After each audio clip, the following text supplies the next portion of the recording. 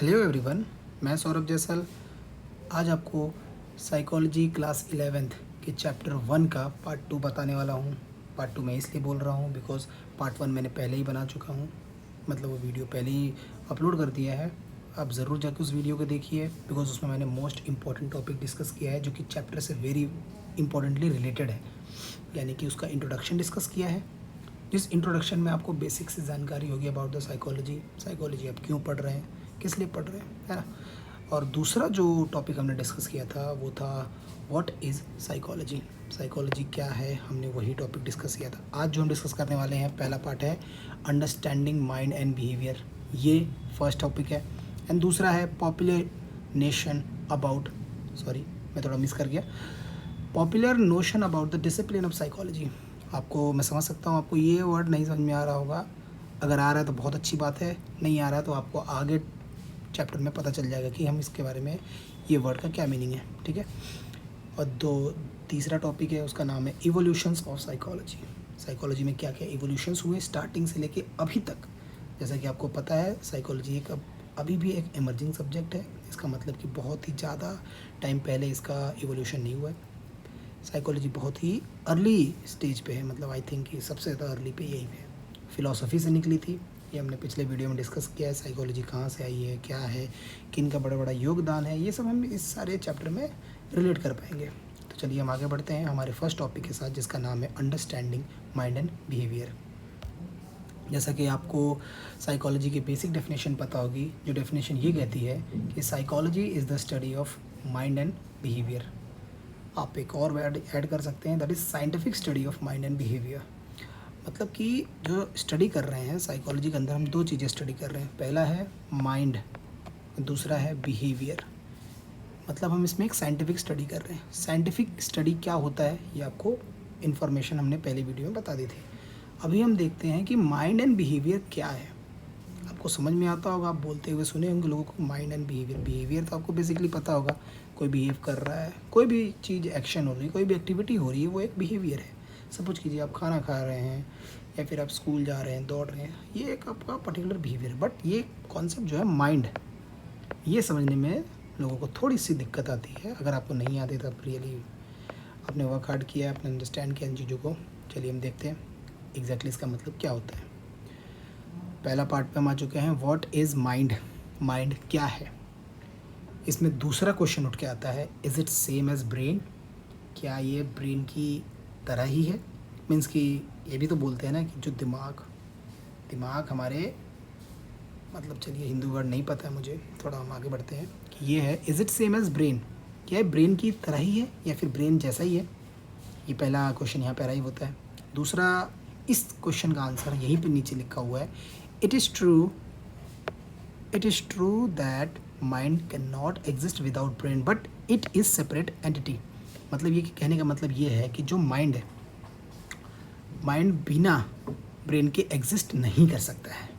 Mind जो है हमारा, सपोज़ कीजिए ये हमारा ब्रेन है, ये हमारा फेस है, चलिए आपके लिए थोड़ा आसान कर देता हूँ, ये हमारा ब्रेन है, ये स्ट्रक्चर जो है ये ब्रेन मानते हैं हम लोग, जो कि फिज़िकल है।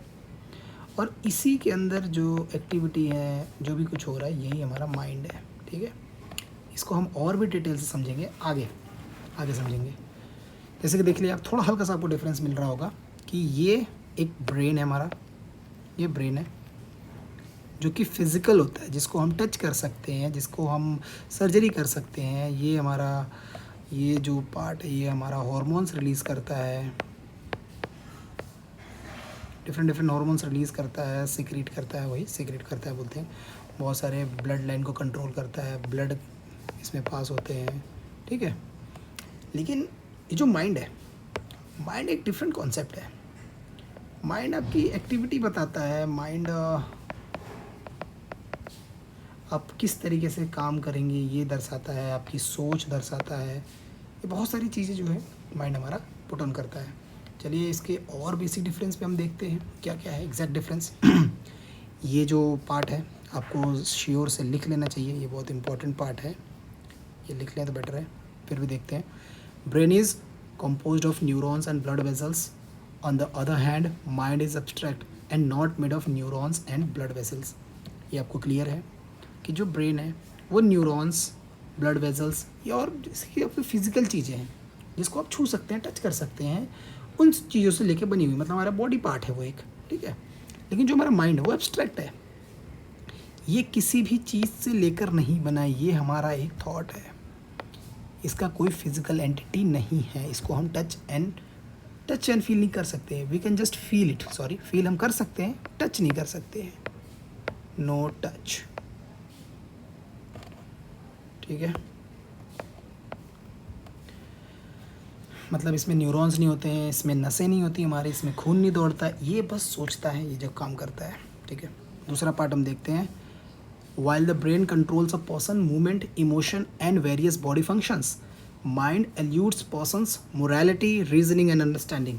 इसका क्या कहने का मतलब है, जो हमारा दिमाग है, हमारा जो दिमाग है, ब्रेन जो है, वो हमारा क्या क्या कंट्रोल करता है, पर्सन का मूवमेंट कंट्रोल करता है, इमोशन कंट्रोल करता है और बॉडी फंक्शनिंग कंट्रोल करता है, वेरियस, सारे नहीं, वेरियस बॉडी फंक्शनिंग कंट्रोल करता है। लेकिन माइंड क्या है, वो माइंड क्या कंट्रोल करता है, पर्सन की मोरालिटी, रीजनिंग एंड अंडरस्टैंडिंग, ये और भी इससे चीज़ें हैं। लेकिन सपोज़ कीजिए आप किसी चीज़ को लेकर समझ रहे हैं, कोई आपके सामने इंसिडेंट हो गया, या फिर सपोज़ कीजिए कोई एक्सीडेंट हो गया आपके सामने, किसी ट्रक वाले ने एक बच्चे को एक्सीडेंट करके चला गया, तो आपकी जो अंडरस्टैंडिंग है कि आपको उस समय क्या डिसीज़न लेना है, ठीक है, यहाँ पे आपके जो इमोशंस हैं वो तो कंट्रोल कर रहा है आपका माइंड, ब्रेन। इमोशन की आपको एम्पैथी फील हो रही है, आपको दुख लग रहा है, वो इमोशन जो है वो ब्रेन कर रहा है। लेकिन आप उस सिचुएशन को समझ रहे हो कि हाँ, इस सिचुएशन में ये कर सकता हूँ कि मैं 108 को कॉल कर लो, है ना, एम्बुलेंस है, या 100 को कॉल कर लो, पुलिस है, या फिर आप अपनी जान बचाओ, ये आपका पर्सनल थिंकिंग है जिसको बोलते हैं रीजनिंग। आपने रीजनिंग भी की, पहले सिचुएशन अंडरस्टैंड किया, फिर रीजनिंग किया आपने। मोरालिटी, कि आपकी मोरालिटी क्या बोलती है इस पर, कि आपको काम करना चाहिए, उसको बचाना चाहिए कि उसको नहीं बचाना चाहिए।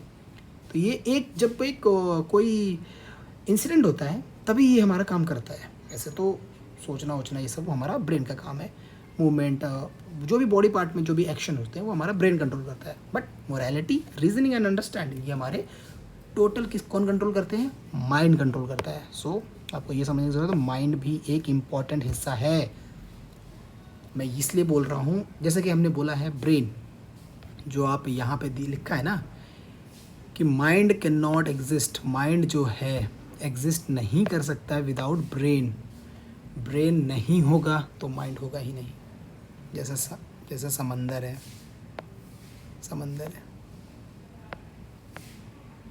समंदर की एक जगह है ना, इसमें पानी ही नहीं होगा, इसको समंदर ही नहीं बोलेंगे ना। तो mind is exactly like that, समंदर। माइंड इज़ दैट पानी, वाटर, ठीक है। चलिए आगे बढ़ते हैं, थर्ड हम पार्ट देखते हैं। Mind is a physical organ, it can be touched and seen, however mind is intangible, it can be neither touched और सीन। इंटेंजिबल का मतलब आपको पता ही होगा बेसिक सा, मैंने पहले ही बता चुका हूँ कि ये एक फिज़िकल ऑर्गन है जो हमारा ब्रेन होता है, इसको हम लोग टच कर सकते हैं। इंटेंजिबल का मतलब हम इसको छू नहीं सकते हैं, देख नहीं सकते हैं, माइंड हमारा है, ठीक है। चलिए हम आगे बढ़ते हैं, ये तो आपको बेसिक पता चल गया होगा, ज़्यादा इस पर टाइम वेस्ट नहीं करते हैं। केसेस कुछ देख लेते हैं हम लोग इससे रिलेटेड। जैसे कि सपोज़ कीजिए एक एथलीट है, lost his arms in a motorcycle accident and continues to feel an arm and also contribute to feel its movement. इसका क्या मतलब है यार, मैंने तो बहुत जल्दी पढ़ दिया। चलिए मैं आपको समझाता हूँ कि एक एथलीट है, उसने अपने आर्म्स लूज़ कर गए, आर्म्स मतलब उसका एक हाथ का हिस्सा लूज़ कर गया, मतलब कि खो गया मतलब कि कट गया, या फिर एक्सीडेंट में चोट लग गई तो डॉक्टर को उसको काटना पड़ेगा। किस में एक्सीडेंट हो गया था, मोटरसाइकिल एक्सीडेंट, यानी कि कोई मोटरसाइकिल का इवेंट हुआ था जिसमें कोई एक्सीडेंट हुआ और उसका हाथ कट गया या फिर काटना पड़ गया। लेकिन जब वो हॉस्पिटल में जगा तो उसने अपना जो आर्म है कंटिन्यू किया फील करना, कि हाँ उसको ऐसा फील हो रहा है कि मेरे पास वो आर्म है, ऐसा नहीं कि उसके हाथ से आर्म चला गया है। चलिए देखते हैं उसका एक एग्जाम्पल हम देख लेते हैं। When offered a coffee his phantom arm reached out to coffee cup and when someone pulled it he protested. इसका क्या मतलब है कि जब जब उस बंदे को कॉफ़ी दी गई थी तो उसका फैंटम आर्म का मतलब क्या है? कटा हुआ या फिर रिमूव्ड आर्म। सपोज कीजिए ये आपका हाथ है ना, ड्राइंग मेरी बड़ी अच्छी है, ठीक है, ये आपका हाथ है, यहाँ से कट गया तो इतना ही पार्ट बचा है आपका, मतलब इतना पार्ट बचा है आपका हाथ का, ठीक है। ये नहीं है, ये है ही नहीं, हाँ, इतना पार्ट बचा है। तो जब किसी ने उसे कॉफ़ी ऑफ़र किया तो उसने ये वाला पार्ट जो है ना आगे बढ़ा दिया, और जब वो बंदा जो कॉफ़ी ऑफ़र कर रहा था उसने बोला कि नहीं यार इसमें कैसे दे सकते हैं, यानी कि हेजिटेट किया, तो उसने प्रोटेस्ट किया, क्यों नहीं दे रहे मुझे कॉफ़ी, है ना। बिकॉज उसको अभी तक फील हो रहा है कि उसका जो आर्म है जो रिमूव्ड हो गया है वो अभी तक वहाँ पे है। इसका मतलब क्या है? इसको कौन कंट्रोल किया है? इसकी सोच जो है एक्चुअली, जैसे कि हमने अभी पहले पढ़ा है कि जो हमारा ब्रेन है वो हमारे मूवमेंट को कंट्रोल करता है, यानी कि हाथ का जो मूवमेंट हुआ था वो हमारा ब्रेन कंट्रोल करता है, ठीक है। लेकिन यहाँ पे मोरालिटी, रीजनिंग कौन कर रहा है, अंडरस्टैंडिंग कौन कर रहा है? ये हमारा माइंड कर रहा है ना। तो माइंड ने ये अंडरस्टैंड किया, उसको अभी तक फील नहीं हो पाया है।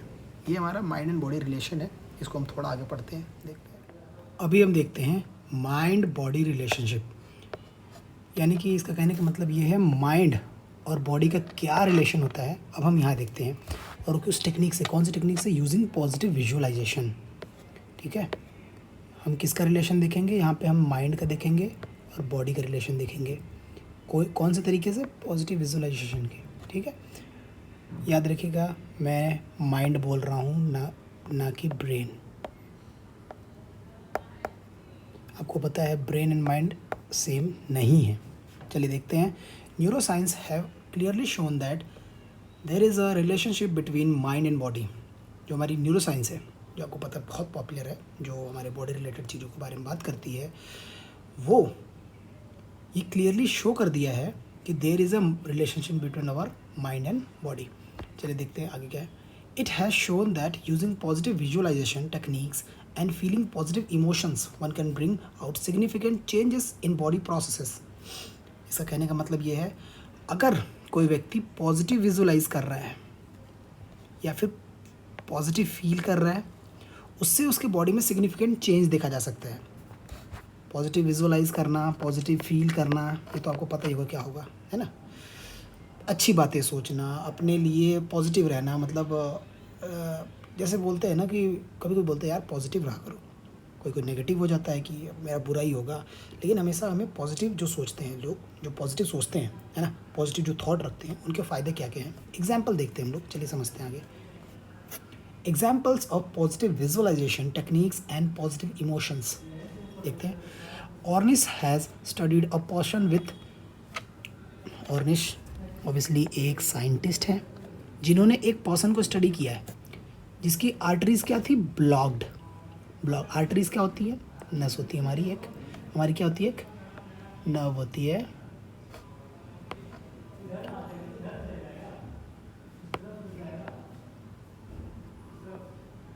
ओके, हमारी एक नर्व होती है जहाँ से हमारे खून पास होते हैं।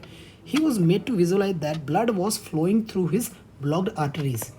इसका कहने का मतलब ये है कि ऑर्निस एक साइंटिस्ट है जिन्होंने एक इंसान को लिया जिसकी आर्टरीज ब्लॉक्ड थी, मतलब उसकी एक आर्टरीज, मतलब सारी आर्टरीज ब्लॉक्ड हो जाएंगी तो ऑब्वियसली बात है बंदा रहेगा ही नहीं, है ना। उसकी कुछ आर्टरीज या फिर बोल ले एक आर्टरीज ब्लॉक्ड थी जहाँ से ब्लड पास नहीं हो रहा था, लेकिन ये बात उस इंसान को बताया नहीं गया, ठीक है। शायद उसको पता होगा, लेकिन उसको क्या बिलीव करवाया गया? उसको ये बिलीफ विजुअलाइज कराया गया कि भैया देखो तुम्हारी आर्टरी से ना ब्लड पास हो रहा है, तो वो विजुअलाइज कर रहा है, मतलब उस चीज़ को सोच रहा है, पॉजिटिव सोच रहा है ना, कि उसके बॉडी से एक मतलब जो जो जो आर्टरीज उसकी ब्लॉक हो चुकी थी, जहाँ से ब्लड पास नहीं हो रहा था, वहाँ से ब्लड पास हो रहा है, तो उसको अच्छा फीलिंग होगा, ऑब्वियस सी बात है। तो इसको ये विजुअलाइज कराया गया। अब इसका हम लोग रिजल्ट देखते हैं, इसका रिजल्ट क्या आया। After practising it various time, relief was obtain by these patients as the degree of blockage become significantly less. आप देख सकते हैं रिजल्ट एकदम पॉजिटिव था। इसको बहुत ऐसा नहीं कि अभी आज ही उसने प्रैक्टिस किया कि आज ही वो फील कर रहा कि हाँ यार मेरे तो आर्टरीज काम कर रही हैं, पूरे ब्लड पास हो रहे हैं मेरे वेजल्स से, लेकिन क्या अगर हम आज ही ये पॉजिटिव विजुअलाइज करेंगे तो क्या कल ही हमारे बॉडी का जो ब्लॉक्ड आर्टरीज था वो कल ही तो नहीं हो जाएगा, उसको थोड़ा टाइम लगेगा ना।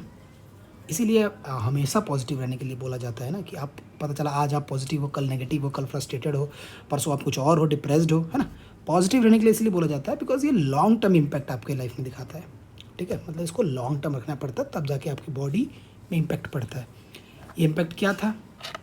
Relief was obtain by these patients. क्या रिलीफ था? कि ब्लॉकेज बिकम सिग्निफिकेंटली लेस। मतलब इसमें दवा का कोई लेना देना नहीं है, यहाँ से दवा से कोई लेना देना नहीं है। यहाँ पे सिर्फ इस बंदे ने अपने विजुअलाइज किया था कि उसकी आर्टरीज ब्लॉक्ड नहीं है, उसकी आर्टरीज से ब्लड पास हो रहा है ना। और बिना मेडिसिन से, मेडिकेशंस यहाँ पे थी नहीं, तो यहाँ पे हम लोग क्या बोल सकते हैं कि यहाँ पे ब्लड, बॉडी एंड माइंड का रिलेशन है ना। बॉडी के जितने भी फंक्शंस हो रहे हैं, माइंड ने उसको कंट्रोल किया। कंट्रोल इन द सेंस कि बॉडी माइंड ने हमारे उस चीज़ को फंक्शन में लाया। कैसे? पॉजिटिव विजुअलाइजेशन से।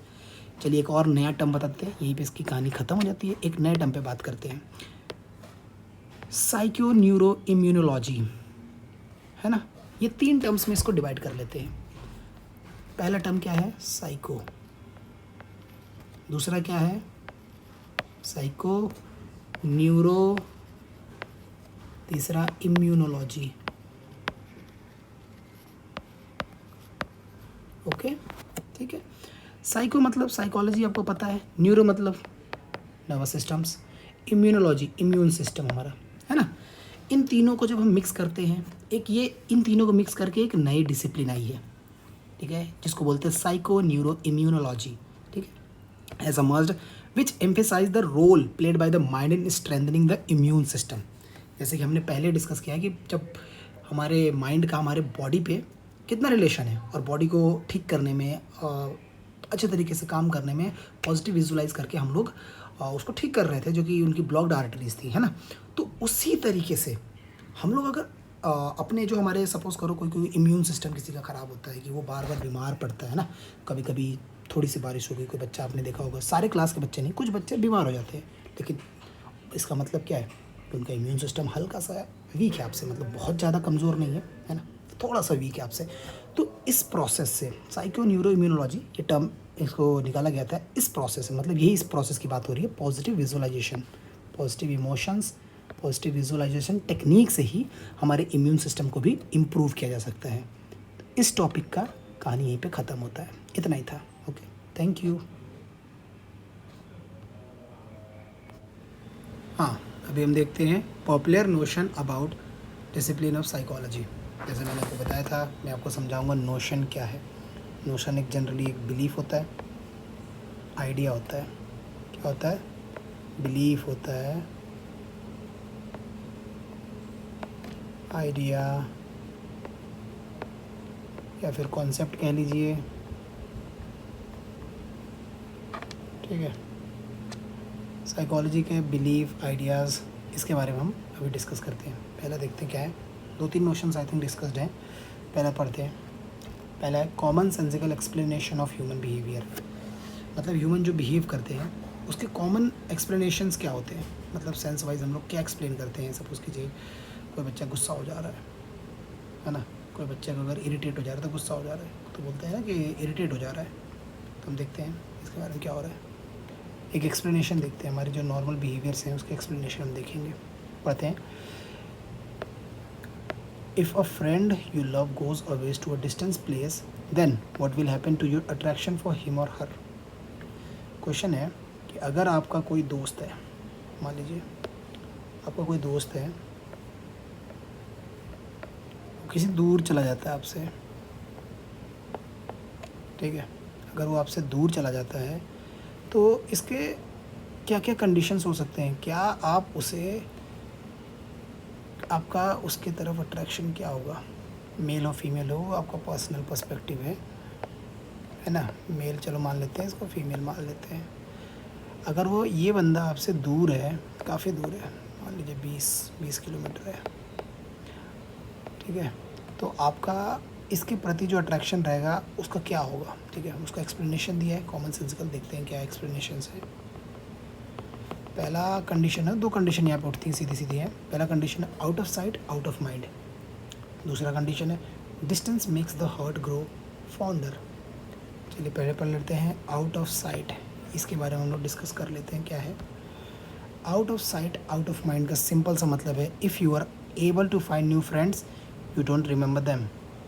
अगर आपके दूसरे दोस्त मिल गए, आपका पहला दोस्त जो था वो चला गया, जो मैंने पहले एक्सप्लेन किया है, वो कहीं और चला गया है ना, लेकिन आपको ये बंदे मिल गए, दोस्त आपको ऑलरेडी उससे बेटर मिल गए या उसी की तरह मिल गए या फिर अलग ही मिल गए, लेकिन मिल गए। कुछ लोग जिनके साथ आप चिल कर रहे हो, ये मान लो आप हो, ये दोस्त मिल गए और ये बंदा दूर है, ठीक है, तब आप इसको रिमेंबर नहीं करोगे, ठीक है।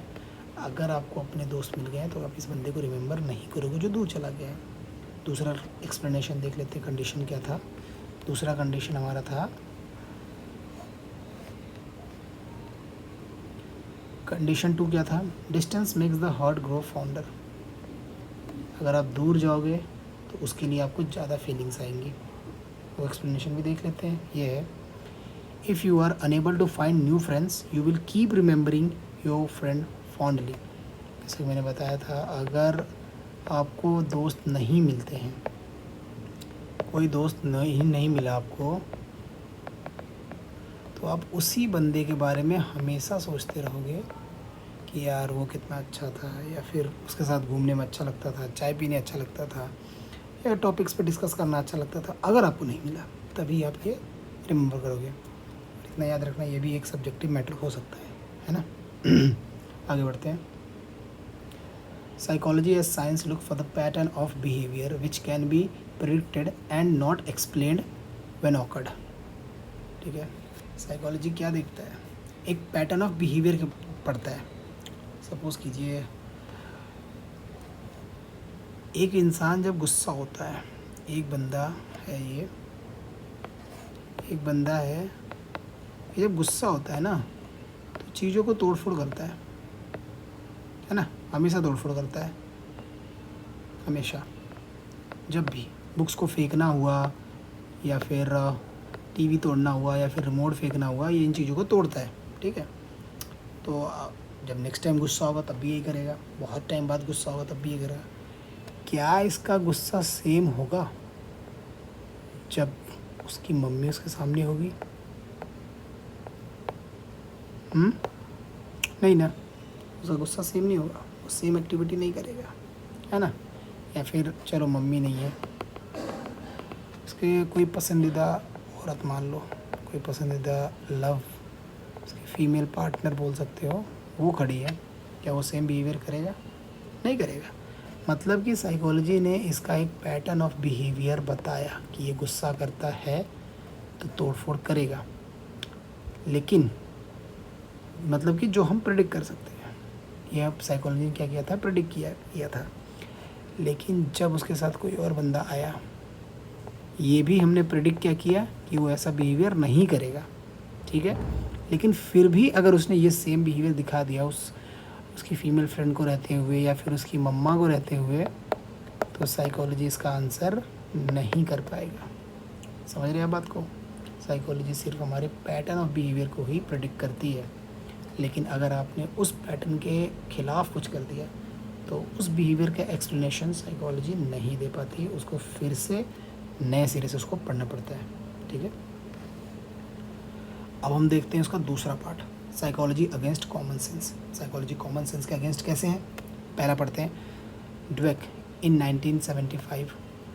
ड्वेक क्या थे? Was concern with children who gave up too early when faced with a difficult problem of failure. Dweck की एक साइकोलॉजिस्ट थी, जो महिला थी, है ना, शी थी। उन्होंने ये देखा कि चिल्ड्रंस के लिए जो बच्चे बहुत जल्दी गिव अप कर देते हैं, सपोज़ करो कोई डिफ़िकल्ट प्रॉब्लम उनके लाइफ में आ गई तो वो गिव अप कर देते हैं, तो ड्वेक इन चीज़ के लिए लेकर बहुत ही कंसर्न थी, ठीक है। अब कंसर्न है तो कुछ ना कुछ तो करेंगे, साइकोलॉजिस्ट है। Common sense tells us to give them easy problem in order to increase their success rate so that their confidence goes up later should be given difficult problem, है ना। कॉमन सेंस क्या बोलता है कि suppose करो एक बच्चा है, 2+2 नहीं कर पा रहा है, 2+2 5 लिख रहा है ना, उसके लिए डिफ़िकल्ट चीज़ है। तो इसका मतलब है हमें उसे कैसे सिखाना पड़ेगा, 1 1, इसको प्लस करेंगे 1 1, तो वो बच्चा गिनेगा 1 2 3 4, तो आंसर लिखेगा 4। फिर उसको दिखना चाहिए 1 + 1 = 2, 2 + 2 = 4, है ना। इस तरीके से वो बच्चा समझेगा। ये हमारा कॉमन सेंस बोलता है, ठीक है। लेकिन चीज़ें वैसी नहीं हैं। क्यों नहीं है? ड्वेक ने इसके ऊपर एक्सपेरिमेंट किया है, वो हम दिखाएंगे। ड्वेक कौन थी? ड्वेक एक साइकोलॉजिस्ट थी और वो एक्सपेरिमेंट 1975 में था, ठीक है। आगे पढ़ते हैं। A test was done by Dweck where she took 2 groups of student where who were train for 25 days in mathematics problem, ठीक है। ड्वेक ने 2 ग्रुप लिया बच्चों का, 25 बच्चों का 2 ग्रुप लिया। सपोज कीजिए हर ग्रुप में ग्रुप ए ले लेते हैं, ए बी। ए में 10 बच्चे रखे, बी में 10 बच्चे रखे और उनको ट्रेन किया 25 दिन के लिए। कितने दिन के लिए इन दोनों को ट्रेन किया? 25 डेज़ के लिए ट्रेन किया। और ट्रेनिंग स्पेसिफिक थी। स्पेसिफिक किस सब्जेक्ट पे थी? मैथमेटिक्स के प्रॉब्लम्स पे थी, ठीक है। First group were given easy problem whereas second group were given mix of easy and difficult. मतलब सपोज करो ए को ना ईजी मिला था, मतलब वही 2 + 2 = 4, ये वाला क्वेश्चन मिला था। लेकिन बी को, जो ग्रुप बी था, उन्हें दोनों मिला था। सपोज कि 2 + 2 भी मिला था, 2 × 2 मिला, 3 × 6 मिला, है ना। ये चीज़ें बी ग्रुप को मिली थी। इसका रिजल्ट आगे देखा गया, देखते हैं क्या होता है।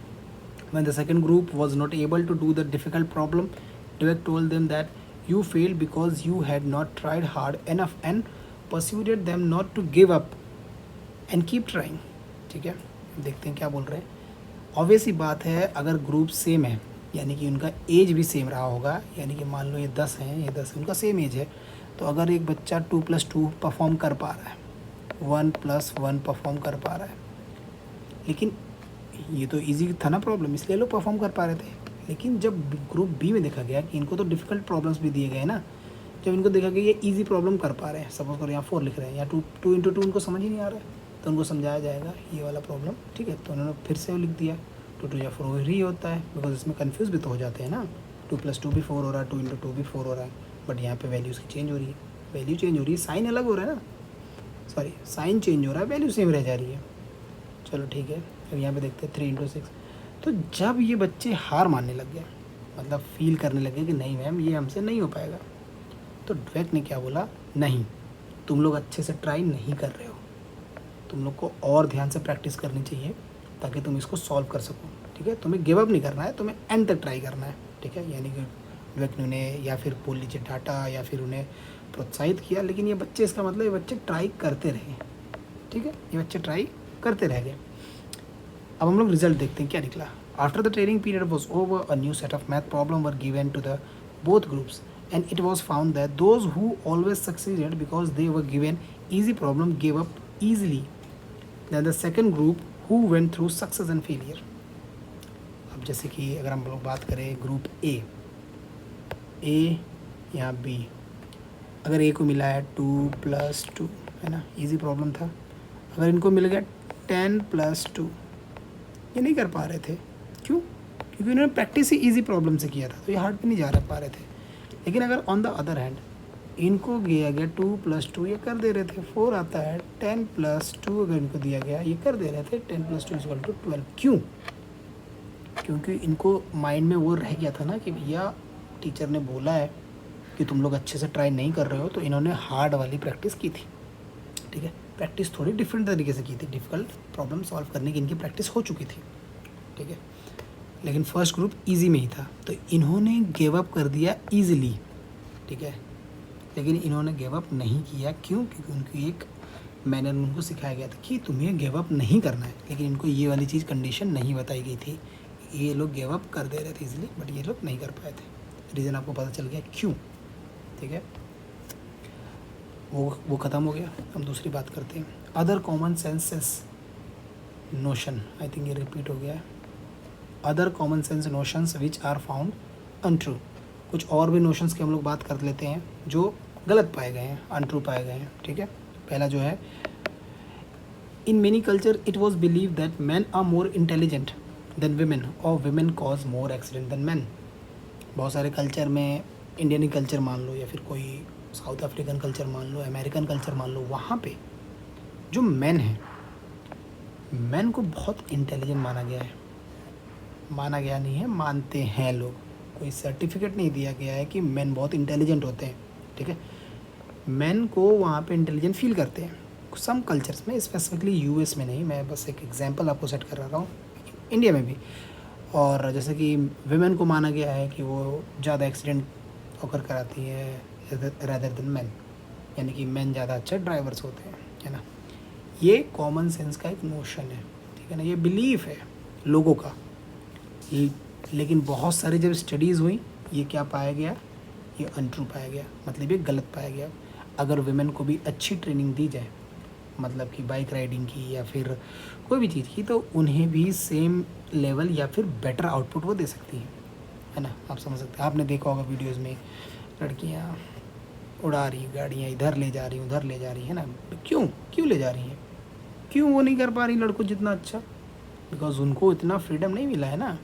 वो रात रात दिन दिन स्कूटियाँ नहीं चला रही हैं आप लोग की तरह, इसलिए तो नहीं कर पा रही है ना।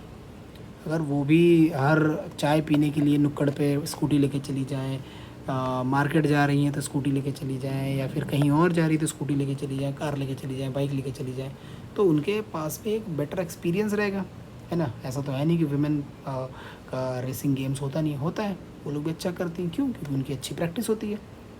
तो यहाँ पे जो एक्सीडेंट का गेम है सब प्रैक्टिस का है ऊपर। अगर आपने अच्छी प्रैक्टिस की है तो आपके पास बेटर कंट्रोल होगा, बाइक का आपके पास बेटर कंट्रोल होगा, है ना। आप बाइक को बेटर कंट्रोल कर पाएंगे, ठीक है।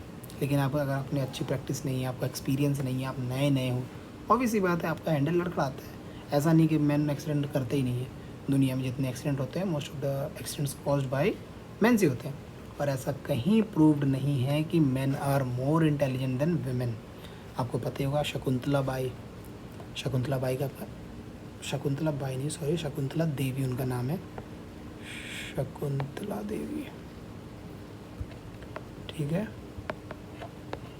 ग्रेट मैथमेटिशियन थी हमारे देश की, क्विक नंबर्स को क्विक सॉल्व किया करती थी, वो एक फीमेल थी। तो इसका मतलब कि ये पूरा पूरा नोशन गलत हो जाता है, मतलब नोशन मतलब कॉमन सेंस जो हम लोग बिलीव करते हैं, ठीक है। आगे देखते हैं, और भी कुछ नोशंस हैं जो गलत हैं, देख लेते हैं। Common sense also tells us that one is not able to perform its best in front of large audience। जैसे कि कॉमन सेंस ये भी बोलता है, सपोज़ कीजिए आप कभी अपने स्कूल एनुअल डे फंक्शन या फिर एनुअल डे स्पोर्ट्स में पार्ट कर रहे हो, तो जब आपने लार्ज ऑडियंस देखा तो आप अच्छे से परफॉर्म नहीं कर पा रहे। तो इसके पीछे भी रीज़न है। रीज़न ये है कि कभी आपने परफॉर्म उनके सामने किया ही नहीं था, है ना। रीज़न भी ये भी हो सकता है, या फिर अपने आपने अच्छे से प्रैक्टिस नहीं की थी, ये भी रीज़न हो सकते हैं। लेकिन कॉमन सेंस ये बोलता है कि जब आपके पास लार्ज ऑडियंस होती है आप अच्छे परफॉर्म नहीं कर सकते।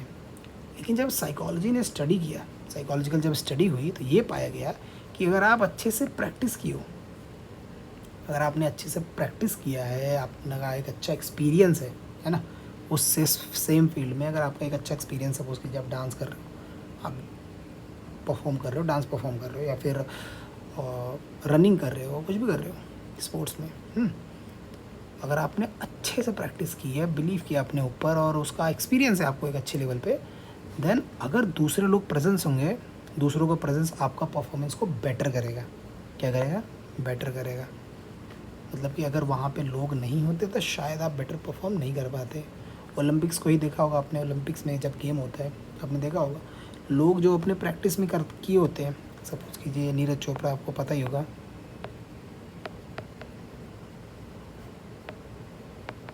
अपने प्रैक्टिस में कभी भी उन्होंने 88 या फिर 87 आई थिंक उन्होंने फेंका है, लास्ट 87 नहीं फेंका है, लेकिन जब उन्होंने लार्ज ऑडियंस देखा तो उन्होंने 87 पॉइंट समथिंग फेंक दिया है ना। भाला की बात कर रहे हैं, भाला फेंक दिया, ये होता है भाला, थोड़ा बना देते हैं आपके लिए, है ना, यहाँ पकड़ने के लिए होता है, उन्होंने फेंक दिया। क्यों? क्योंकि उनको एक प्रैक्टिस थी, उन्होंने एक अच्छी प्रैक्टिस की, उनका एक अच्छा एक्सपीरियंस है। तो जब लोगों के सामने वो खड़े हुए तो उनका परफॉर्मेंस क्या हुआ? इन्हेंस हुआ। तो फिर अगेन ये हमारा कॉमन सेंस यहाँ पे गलत प्रूफ हो जाता है। अब इवोल्यूशन ऑफ साइकोलॉजी, हम इसकी बारे में बात हम नेक्स्ट वीडियो में करेंगे, बिकॉज ये हमारी वीडियो थोड़ी लंबी हो गई है। इसके अंदर हम पढ़ेंगे structuralism, functionalism, gestalt psychology, behaviourism. I think gestalt psychology is अलग एंड बिहेवियरिज्म इज़ डिफरेंट, है ना। साइको एनालिसिस पढ़ेंगे, ह्यूमनिस्टिक पर्सपेक्टिव, कॉग्निटिव पर्सपेक्टिव, ये सारे पर्सपेक्टिव हम नेक्स्ट वीडियो में पढ़ेंगे। Thank you so much guys. Thank you so much guys for watching the video. Please subscribe my channel for such videos. Thank you guys.